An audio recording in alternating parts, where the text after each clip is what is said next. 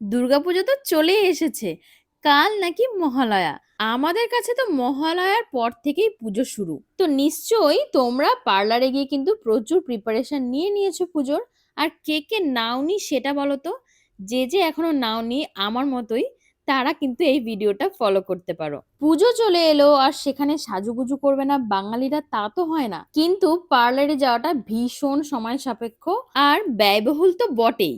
তোমরাও যদি আমার মতোই বরের পকেট বাঁচাতে চাও তাহলে কিন্তু আমার মতোই ঘরোয়া ভাবে বাড়িতেই করে নিতে পারো পার্লারের মতন ট্রিটমেন্ট। তার জন্য কি কি করতে হবে জানতে হলে কিন্তু পুরো ভিডিওটা দেখতে হবে। তো দেখতেই পাচ্ছ আমার কিন্তু ভীষণ পরিমাণে কার্ল হেয়ার। এই হেয়ারটাকে ঠিকঠাক রাখার জন্য প্রচুর কিন্তু কষ্ট করতে হয়। যাদের একটু কার্লি হেয়ার আছে তারা জানো। সত্যি কথা বলতে আমারও ঠিক মতন মেনটেন করা হয়ে ওঠে না, কারণ বিয়ের আগে আমার ঠাম্মাই আমার চুলের সমস্ত যত্ন নিত।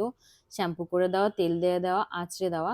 আমি সেগুলো কিন্তু একা হাতে একদমই করে উঠতে পারি না। কিন্তু পুজো চলে এসেছে, এবার তো একটু চুলটার যত্ন নিতেই হবে। এই ট্রিটমেন্টটা করার জন্য তোমাদের প্রথমেই লাগবে ঘরে এইরকম একটা মাসলম্যান। না না, যোগ করছি, তোমরা নিজেরাই এটা করতে পারবে। তো চলো আর বেশি কথা না বাড়িয়ে তোমাদেরকে দেখিয়ে দিই। আমার না সবসময় মনে হয় যে কার্ল হেয়ার সবসময় একটু বেশি ফ্রিজি আর রাফ হয়, আর এটাকে মেনটেন করাও ভীষণ টাফ। তোমরা তোমাদের কার্ল হেয়ার কে কিভাবে মেনটেন করো আমাকে প্লিজ একটু জানিও। আমি আজকে আপাতত ঘরে বসে একটা স্পা করব। এই স্পাটাই পার্লারে গিয়ে করতে গেলে ১,৫০০ থেকে ২,০০০ টাকা আরামসে নিয়ে নেয়। অফার থাকলে হয়তো হাজারেও পেয়ে যেতে পারো, কিন্তু এর কমে তোমরা কখনোই পাবে না। পার্লারেও করি, করি না যে একদম তা নয়। তবে ঘরেও একটা এরকমই লরিয়ালের হেয়ার স্পা কিনে রেখেছি। দেখো এটার আমি একদম বড় বড় করে 4 টেবিল স্পুন নিয়ে নিচ্ছি। আমার চুল একটু বেশি লাগে যেহেতু কার্ল, বারবার বলছি। তো সবে শ্যাম্পু করে আমি বসেছি। এই দেখো এক বাটি ভর্তি নিয়ে নিয়েছি। এটাকে আমি ভালো করে মিক্স করে নিচ্ছি। এর সাথে আমি আরো এটা ওটা বেশি কিছুই মিক্স করব না, শুধু সিম্পল দুটো জিনিসই আজকে মিক্স করব। প্রথমে এর সাথে স্ক্যাল্পের জন্য একটা হেয়ার অ্যাম্পুল ইউজ করব। আমি আমার হেয়ার টাইপ অনুযায়ী ইউজ করছি, তোমরাও তোমাদের হেয়ার টাইপ অনুযায়ী কিন্তু এটা ইউজ করতে পারো। এটা ছোট্ট একটা শিশিতে থাকে, যেটা 2 থেকে 3 বার কিন্তু ইউজ করা যেতে পারে। এটা পুরো চুলে দেওয়ার দরকার নেই, শুধু স্ক্যাল্পে দিলেই হবে। তার জন্য আমি হাফটার মধ্যে এটা মিক্স করে নিয়েছি, যেটা আমি শুধু স্ক্যাল্পে ইউজ করব। তার জন্য দেখো আমি হাত দিয়েও সিথি কেটে কেটে বা এরকম একটা সরু চিরুনির মাধ্যমে সিথি করে করে কিন্তু স্ক্যাল্পে অ্যাপ্লাই করছি। সামনে পেছনে পুরো মাথার স্ক্যাল্পে আমি আগে এটা ভালোভাবে অ্যাপ্লাই করে নিই, তারপর কিন্তু বাকি হেয়ারে আমি এটা অ্যাপ্লাই করি। দেখো পুরো মাথায় কিন্তু আমার এটা ভালোভাবে অ্যাপ্লাই করা হয়ে গেছে। এরপর আমি বাকি হেয়ারেও এটা দিয়ে দেবো। তার জন্য আমি হেয়ারটাকে প্রথমে দুভাগে ভাগ করে নিয়েছি। তোমরা দেখতে পাচ্ছ স্ক্যাল্পে অ্যাপ্লাই করতে করতে কিন্তু আমার অলরেডি হেয়ারটা শোকাতে আরম্ভ করে দিয়েছে। আমি কিন্তু শ্যাম্পু করে টাওয়াল ড্রাই করে এই স্পাটা অ্যাপ্লাই করতে বসেছিলাম। এটা যেহেতু চুলটা আমার স্পা করার আগেই শুকিয়ে যেতে থাকে, তার জন্য কিন্তু আমি ছোট একটা বাটি করে একটু জলও নিয়ে বসেছি। যদি শুকিয়ে যায় তখন মাঝে মাঝে আমি একটু জল অ্যাপ্লাই করি, তাতে করে স্পাটা অ্যাপ্লাই করতে সুবিধা হয়। এবার আমি বাকি যে লরিয়েলের স্পাটা রয়েছে তার মধ্যে আমি একটা হেয়ার সিরাম অ্যাড করছি 7 থেকে 8 ফোঁটা।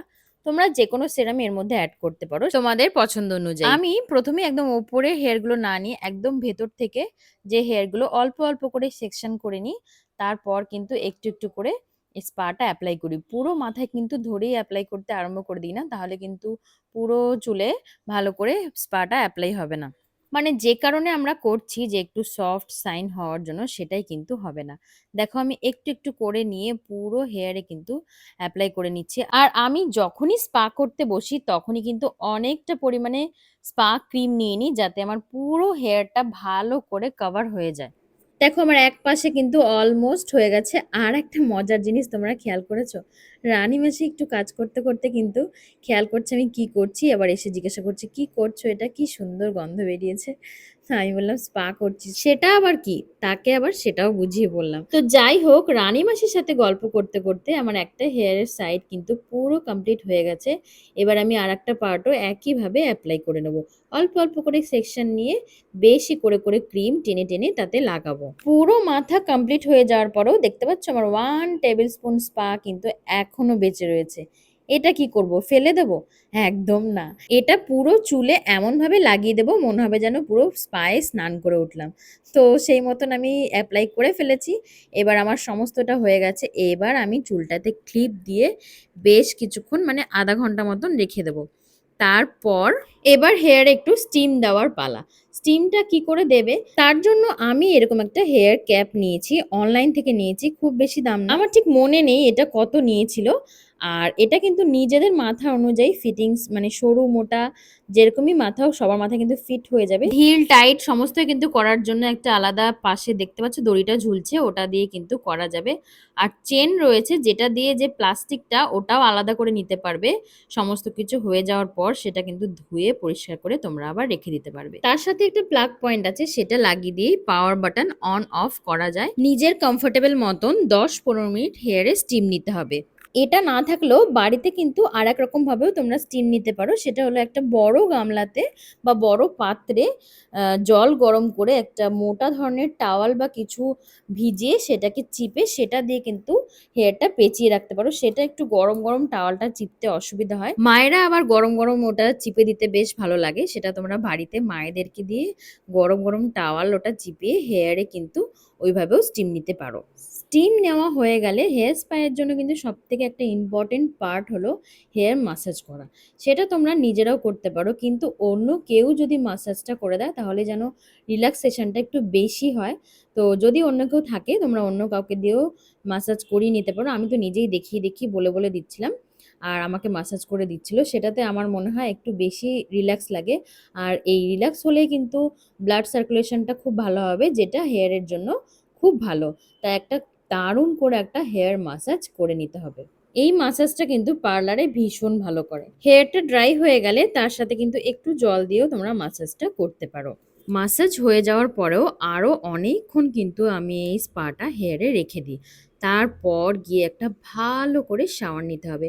কোনো শ্যাম্পু ইউজ করি না, এমনি নরমাল ওয়াটারে কিন্তু চুলগুলো ভালো করে ধুয়ে নিতে হবে। তারপর কোনো হেয়ার ড্রায়ারে চুলটা না শুকিয়ে নরমাল টাওয়াল ড্রাই করে চুলটা শুকিয়ে নিলে কিন্তু খুব ভালো হবে। আমি দেখো নরমাল একদম টাওয়াল ড্রাই করে চুলটা শুকিয়ে নিচ্ছি। দেখো অলরেডি কিন্তু চুলে একটা সফট স্মুথ ব্যাপারটা চলে এসেছে।